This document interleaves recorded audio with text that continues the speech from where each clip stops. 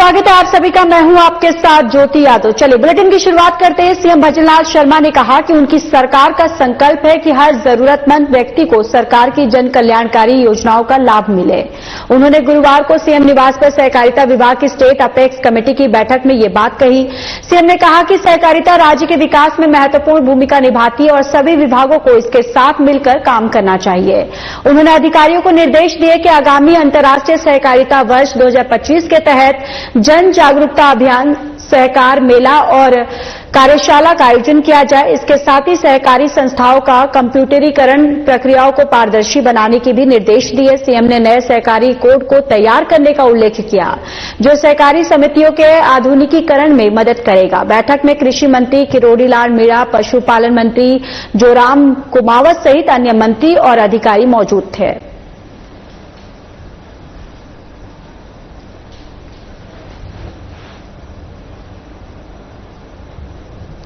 ऊर्जा राज्य मंत्री हीरालाल नागर ने गुरुवार को बारां जिले के मोतीपुरा गांव स्थित छबड़ा सुपर तापिया विद्युत परियोजना का निरीक्षण किया। इस दौरान उन्होंने सुपर क्रिटिकल यूनिट्स का अवलोकन किया और अधिकारियों को साथ बैठकर विद्युत उत्पादन और प्रबंधन की समीक्षा की। मंत्री ने अधिकारियों को गर्मी के मौसम में बढ़ती विद्युत मांग को देखते हुए अधिकतम उत्पादन सुनिश्चित करने के निर्देश दिए और तकनीकी कारणों से बंद पड़ी इकाइयों को तुरंत शुरू करने की हिदायत दी। और इसके साथ ही नागर ने बताया कि राज्य को छत्तीसगढ़ से नियमित कोयला आपूर्ति मिल रही है और सौर ऊर्जा उत्पादन में राजस्थान सबसे आगे है। राज्य में 1000 मेगावाट बैटरी स्टोरेज प्लांट्स की स्थापना भी की जा रही है। उन्होंने कहा कि उपभोक्ताओं को 100 यूनिट तक मुफ्त बिजली मिल रही है और जल्द ही सोलर संयंत्रों के जरिए 150 यूनिट तक निःशुल्क बिजली उपलब्ध कराई जाएगी। मंत्री ने व्यवस्थाओं पर सुधार करने के निर्देश भी दिए।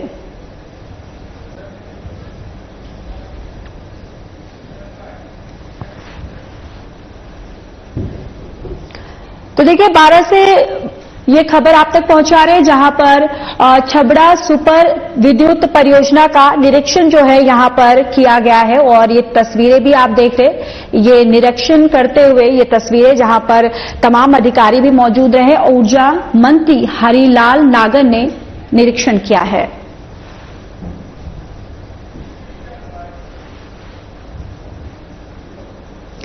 तो वहीं केंद्रीय मंत्री अर्जुन राम मेघवाल आज बीकानेर दौरे पर रहे। उन्होंने पत्रकारों से बात करते हुए कहा कि साल 2013 में मनमोहन सिंह प्रधानमंत्री थे, उस टाइम भी जातीय जनगणना हुई थी, तब उन्होंने आंकड़े जारी क्यों नहीं किए। प्रधानमंत्री नरेंद्र मोदी सामाजिक न्याय में विश्वास रखते हैं। वो पिछड़ा वर्ग, वंचित वर्ग, शोषित वर्ग, गरीब वर्ग और सभी का ध्यान रख उनको आगे लाने का काम कर रहे हैं। उसी दिशा में जातीय जनगणना का कार्यक्रम जो है हो रहा है। और एक सवाल के जवाब में केंद्रीय मंत्री ने कहा कि पहलगाम घटना दुखद है। सिंधु जल समझौते के बारे में कहा कि इस बारे में अनेक दफा बातचीत हुई है, झगड़े भी हुए हैं और प्रधानमंत्री ने जल समझौते को खारिज कर दिया है, जिसके विरोध में पाकिस्तान के सिंध और बलूचिस्तान में जुलूस निकल रहा है। अखिलेश ने एक बाबा साहब का फोटो बनाया और उसमें आधा चेहरा अखिलेश का, आधा चेहरा बाबा साहब का लगाया। ये गलत है, इसकी हम घोर निंदा करते हैं। अखिलेश जी सदा ही आरक्षण के खिलाफ रहे, जबकि उत्तर प्रदेश में अनुसूचित जाति के लोग अनेक बड़े पदों पर हैं।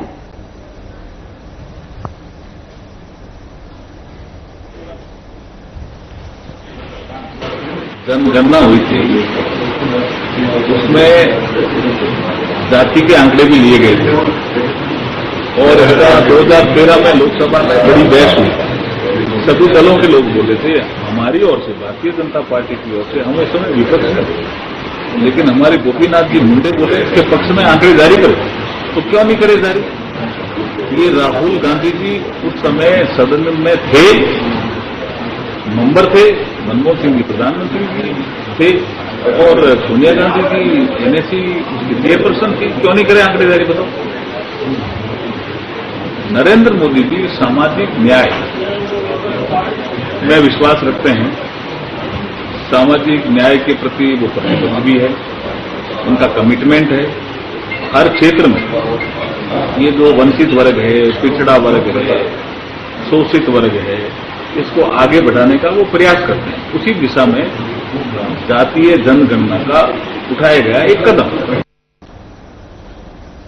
चलिए खबरों में आगे बढ़ते हैं। गुरुवार को भारतीय जनता पार्टी के प्रदेश कार्यालय में कांग्रेस और आम आदमी पार्टी के वरिष्ठ नेताओं समेत समाज के प्रबुद्ध जनों ने बीजेपी की सदस्यता ग्रहण की। पार्टी के प्रदेश अध्यक्ष मदन राठौड़ ने इन नए सदस्यों को दुपट्टा पहनाकर पार्टी में स्वागत किया। इस मौके पर मदन राठौड़ ने कहा कि आज देश का बुद्धिजीवी वर्ग राजनीतिक दलों की विचारधारा का अध्ययन करता है और बीजेपी ही वह पार्टी है जो देश के 140 करोड़ नागरिकों के विकास की चिंता करती है। उन्होंने ये भी कहा कि समाज के प्रबुद्ध जन चिंतन करके बीजेपी से जुड़ रहे हैं, जिससे पार्टी और मजबूत होगी। राठौड़ ने पंडित दीनदयाल उपाध्याय के कथन का उल्लेख करते हुए कहा कि आज जो विपक्ष में है वो कल बीजेपी के समर्थन करेंगे और इस दौरान विधायक बाल मुकुंदचारी, उपाध्यक्ष अजय पाल सिंह और कई अन्य नेता मौजूद थे। 34 नए सदस्य बीजेपी में शामिल हुए।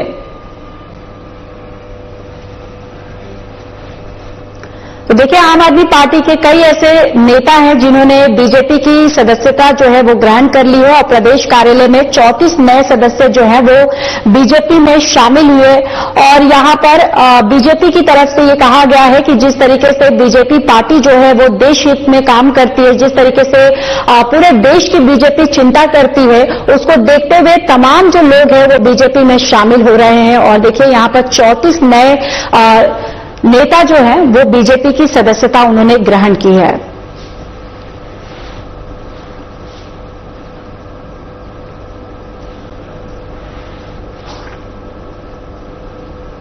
महिला एवं बाल विकास शासन सचिव महेंद्र सोनी ने गुरुवार को आईसीडीएस विभाग की समीक्षा बैठक में अधिकारियों को पोषण ट्रैकर पर आंगनबाड़ियों के खुलने के रियल टाइम और ऑनलाइन रिपोर्टिंग सुनिश्चित करने के निर्देश दिए। उन्होंने कहा कि पोषण ट्रैकर के माध्यम से डेटा सही और सटीक रूप से अपडेट करना महत्वपूर्ण है ताकि विभाग अपने वास्तविक लक्ष्य पर काम कर सके। समीक्षा में महेंद्र सोनी ने प्रधानमंत्री मातृ वंदना योजना में राज्यों के बेहतर प्रदर्शन की सराहना की और बताया कि राजस्थान ने राष्ट्रीय पोषण पखवाड़े में प्रथम स्थान प्राप्त किया है। उन्होंने कहा कि राज्य की टीम का कठिन परिश्रम इसके पीछे है। उन्होंने मानदेय भुगतान के संबंध में भी निर्देश दिए कि सभी मानदेय समय पर दिए जाए ताकि अल्प वेतन भोगी कर्मचारियों को कोई परेशानी न हो। बैठक में आंगनबाड़ी भवन निर्माण सुविधाओं की स्थिति और अन्य महत्वपूर्ण योजनाओं की भी समीक्षा की गई।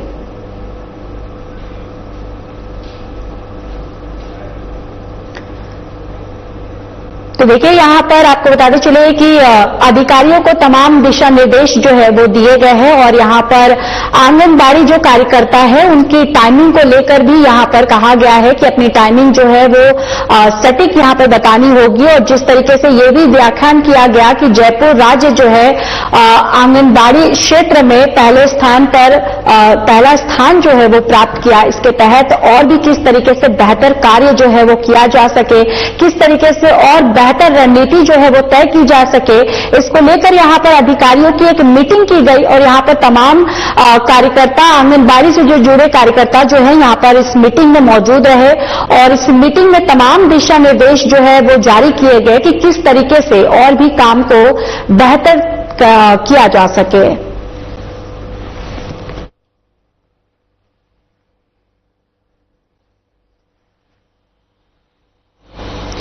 प्रधानमंत्री फसल बीमा योजना के तहत फसल कटाई प्रयोगों पर बीमा कंपनी द्वारा लगाई गई आपत्तियों के निस्तारण के लिए गुरुवार को पंत कृषि भवन में राज्य स्तरीय शिकायत निराकरण समिति की बैठक आयोजित की गई। इस बैठक की अध्यक्षता शासन सचिव कृषि और उद्यानिकी राजन विशाल ने की। बैठक में भीलवाड़ा जिले के रबी 2023 से 2024 की फसल कटाई के 33 प्रयोगों की आपत्तियों के निस्तारण पर चर्चा की गई। शासन सचिव ने अधिकारियों को फसल कटाई प्रयोग को पूरी ईमानदारी से समय पर संपादित करने के निर्देश दिए और लापरवाही बरतने वाले अधिकारियों को खिलाफ विभागीय कार्रवाई की चेतावनी दी। उन्होंने बताया कि अब तक खरीफ 2023 और रबी 2023 से 24 के फसल बीमा क्लेम के तहत किसानों को 2,853 करोड़ रुपए वितरित किए गए हैं और बकाया राशि शीघ्र ही वितरित की जाएगी। बैठक में कृषि विभाग के वरिष्ठ अधिकारियों और बीमा कंपनी के प्रतिनिधि उपस्थित थे।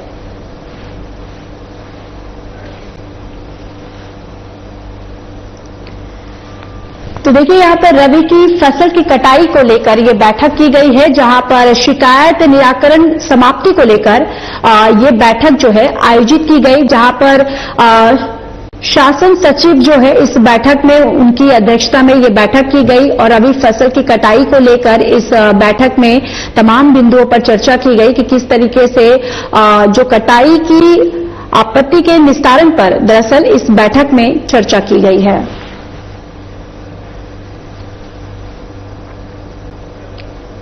चलिए अब खबरों में बात कर लेते हैं धौलपुर की। धौलपुर पुलिस ने महज 24 घंटे में पाली जिले की निवासी मनोरमा का खोया हुआ और बैग बरामद कर लिया है और महिला के चेहरे पर खोई हुई मुस्कान वापस लौटा दी है। जिला पुलिस अधीक्षक सुमित मेहदा और अतिरिक्त पुलिस अधीक्षक मनोज शर्मा के निर्देशन में यह कार्रवाई की गई। महिला ने बताया कि बैग में 3 लाख रुपए के गहने और अन्य सामान था। यातायात प्रभारी आशुतोष सिंह ने बताया कि महिला बाबा विशिनी गिरधाम से धौलपुर आ रही थी और रास्ते में उनका बैग टेम्पो में छूट गया था। महिला ने शिकायत दी, जिसके बाद कांस्टेबल योगेंद्र और चेतन मीणा ने शहर के अभय कमांड कैमरों की मदद से टेम्पो की पहचान की और टेम्पो ड्राइवर ने ईमानदारी दिखाते हुए बैग को पुलिस को सौंप दिया, जिसमें गहने और अन्य सामान सुरक्षित थे। मनोरमा ने पुलिस की तत्परता और ईमानदारी के लिए धन्यवाद दिया।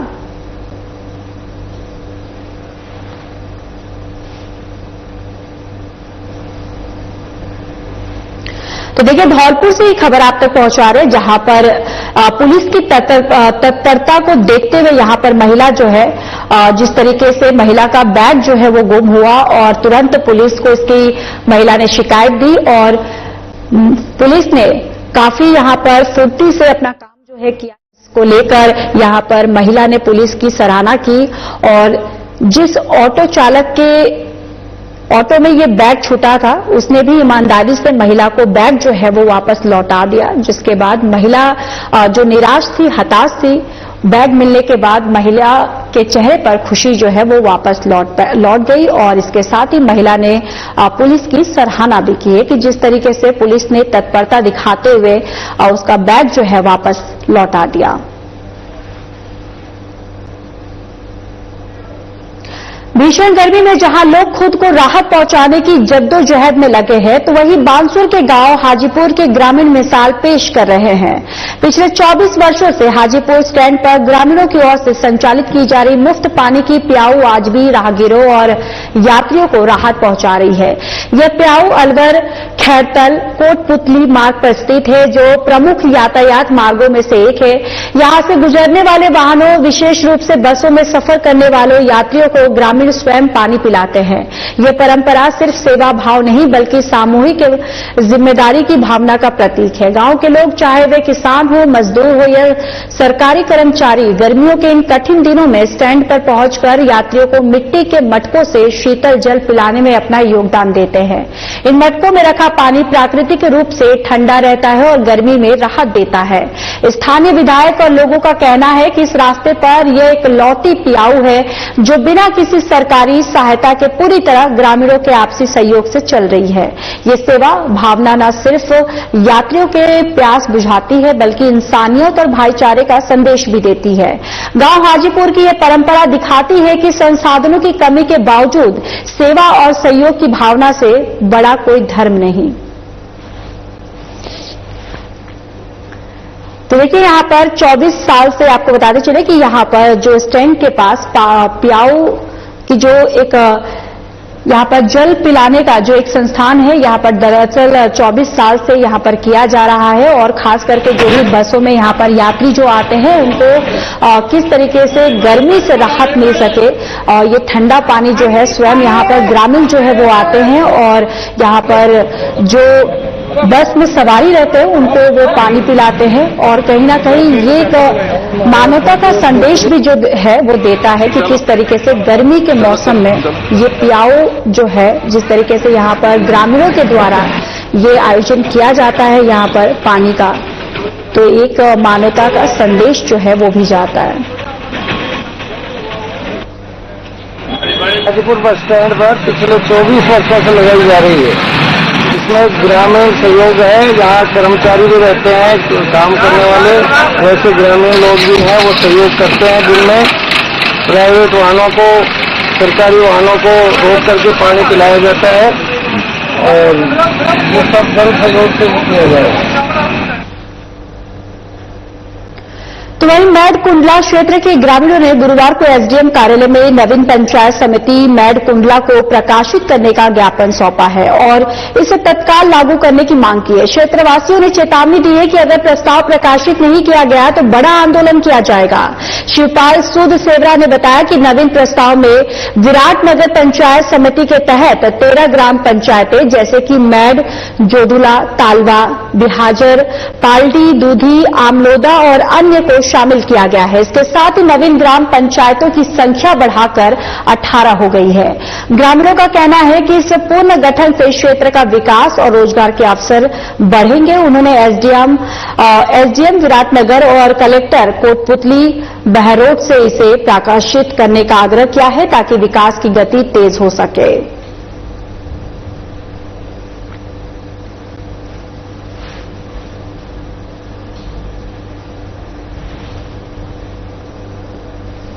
खबर हनुमानगढ़ से है, जहां आबकारी विभाग और टाउन पुलिस की संयुक्त टीम ने कई जगहों पर दबिश देकर 12,800 लीटर लाहन और कच्ची भट्टियां नष्ट की है।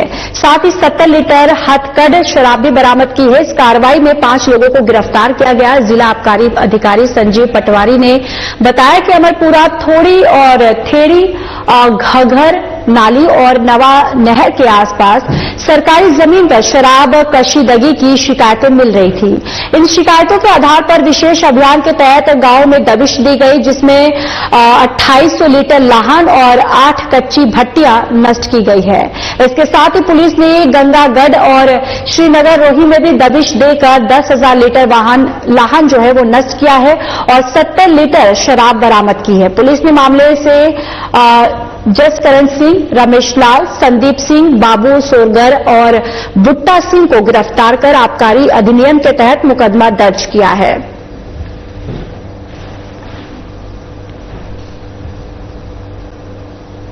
तो वहीं जिला कलेक्टर अंकित कुमार सिंह ने गुरुवार को पंचायत समिति सागवाड़ा की ग्राम पंचायत सेलोता में आयोजित रात्रि चौपाल में ग्रामवासियों की समस्याएं सुनी और उनका समाधान करने के लिए अधिकारियों को दिशा निर्देश दिए। इस दौरान बड़ी संख्या में ग्रामीणों ने अपने मुद्दे उठाए, जिनमें रवि खसरा गिरदावरी के भुगतान और जल निकासी, आवास योजना, स्वामित्व योजना, प्रधानमंत्री आवास की किस्त, रोजगार गारंटी और पेयजल समस्या जैसी समस्याएं शामिल थी। जिला कलेक्टर ने संबंधित अधिकारियों से इन समस्याओं का तत्काल निस्तारण करने के निर्देश दिए। चौपाल में जिला प्रशासन द्वारा चलाए जा रहे एनीमिया अभियान, शिक्षा और अन्य जन कल्याणकारी योजनाओं की जानकारी दी गई। साथ ही 10वीं और 12वीं में उत्कृष्ट परिणाम प्राप्त करने वाले छात्र छात्राओं का सम्मान भी किया गया। इस मौके पर मुख्य कार्यकारी अधिकारी हनुमान सिंह राठौर, अतिरिक्त जिला कलेक्टर दिनेश धाकड़ और अन्य अधिकारी भी इस दौरान मौजूद रहे।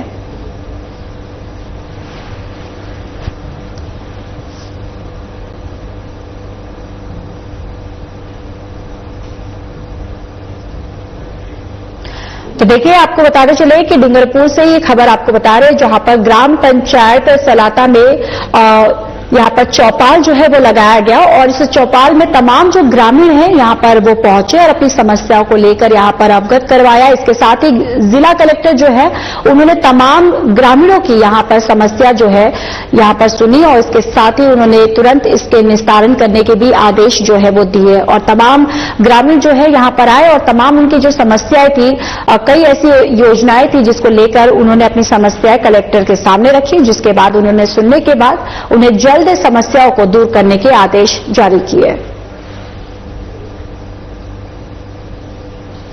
खबर हनुमानगढ़ के नोहा से है, जहां सोंडी गांव में आपड़ी योजना के अधिकारियों की लापरवाही के चलते ग्रामीणों को भीषण गर्मी के समय में पेयजल संकट से जूझना पड़ रहा है। आपको बताते चले कि सोंडी गांव आपड़ी योजना के कर्मशाला प्लांट से जुड़ा हुआ है, तो वहीं से ही ग्रामीणों को पेयजल की सप्लाई जो है वो दी जाती है, जो पर्याप्त नहीं है। ग्रामीणों का कहना है कि आबादी क्षेत्र के हिसाब से गांव बड़ा होने के कारण ये नाम मात्र की सप्लाई दी जा रही है, जो आबादी के हिसाब से सही नहीं है। गांव ऊंचाई पर बसा होने के कारण ओवरहेड टैंक में पर्याप्त मात्रा में पानी नहीं पहुंच पाता है और जिसके कारण गांव में सप्लाई नहीं दी जा रही है। ग्रामीणों का कहना है कि कर्मशाला प्लांट पर नहरबंदी के चलते पानी के तीनों डैम लबालब भरे पड़े हैं और नहरबंदी के दौरान झूठी वाहवाही लूटने के चक्कर में अधिकारी भी सोंडी गांव के साथ सौतेला व्यवहार कर पानी सप्लाई नहीं दे रहा है, जिसका खामियाजा ग्रामीणों को पेयजल संकट के रूप में भुगतना पड़ता है और ग्रामीणों के पेयजल संकट की स्थिति में मजबूरन 1000 रुपये खर्च कर नोहर से ट्यूबवेलों का खारा पानी मंगवाना पड़ रहा है और खारे पानी के सेवन से ग्रामीण जल जनित बीमारियों के भी शिकार हो रहे हैं। पेयजल संकट को लेकर ग्रामीणों ने गांव के चौगान में इकट्ठे होकर आपड़ी योजना के अधिकारियों के खिलाफ प्रदर्शन किया। ग्रामीणों का कहना है कि पेयजल व्यवस्था में जल्द सुधार नहीं होने पर ग्रामीण कर्मशाला प्लांट पर भी प्रदर्शन करेंगे।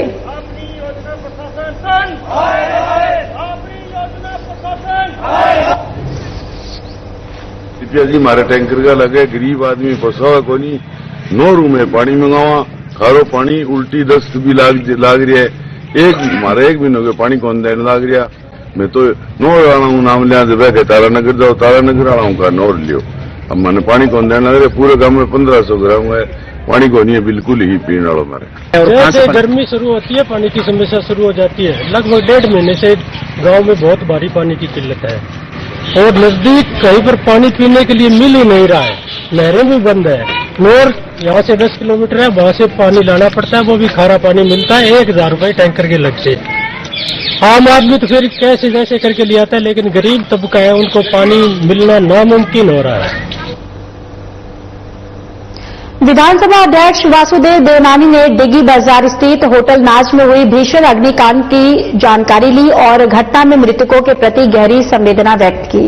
उन्होंने जिला प्रशासन को घायलों को निःशुल्क और समुचित उपचार उपलब्ध कराने के निर्देश दिए। मुंबई दौरे पर रहते हुए भी उन्होंने अजमेर जिला कलेक्टर से फोन पर घटना की पूरी जानकारी ली और देवनानी ने प्रशासन को निर्देश दिए कि अग्निकांड के कारणों की जांच कर जिम्मेदारों पर कार्रवाई की जाए और भविष्य में ऐसी घटनाएं रोकने के लिए सभी विभाग जो है आवश्यक एहतियाती उपाय सुनिश्चित करे।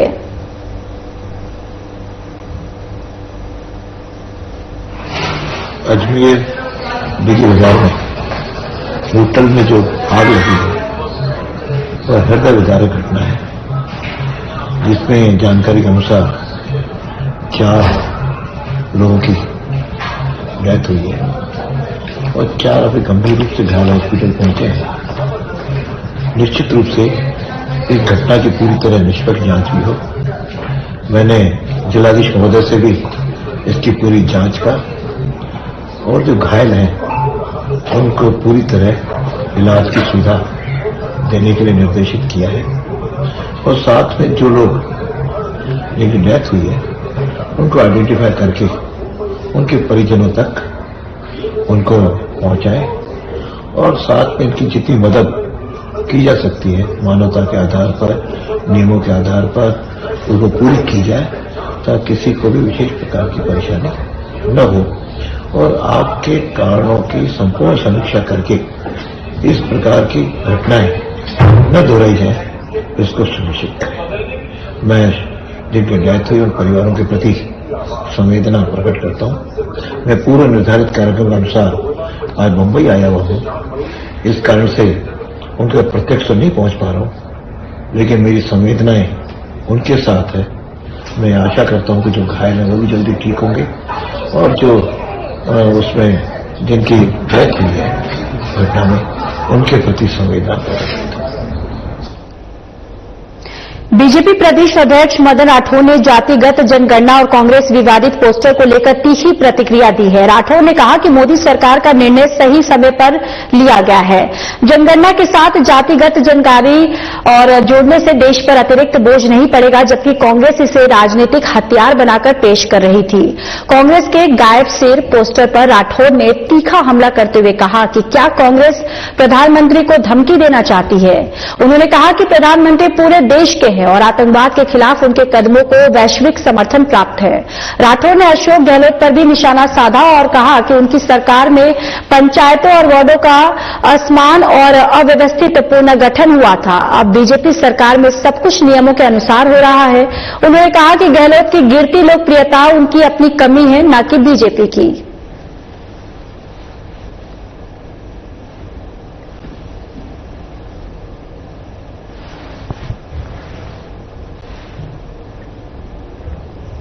चलिए इस बुलेटिन में मेरे साथ फिलहाल के लिए बस इतना ही। बाकी देश और दुनिया की तमाम बड़ी खबरों के लिए जुड़े रहिए हमारे साथ। नमस्कार।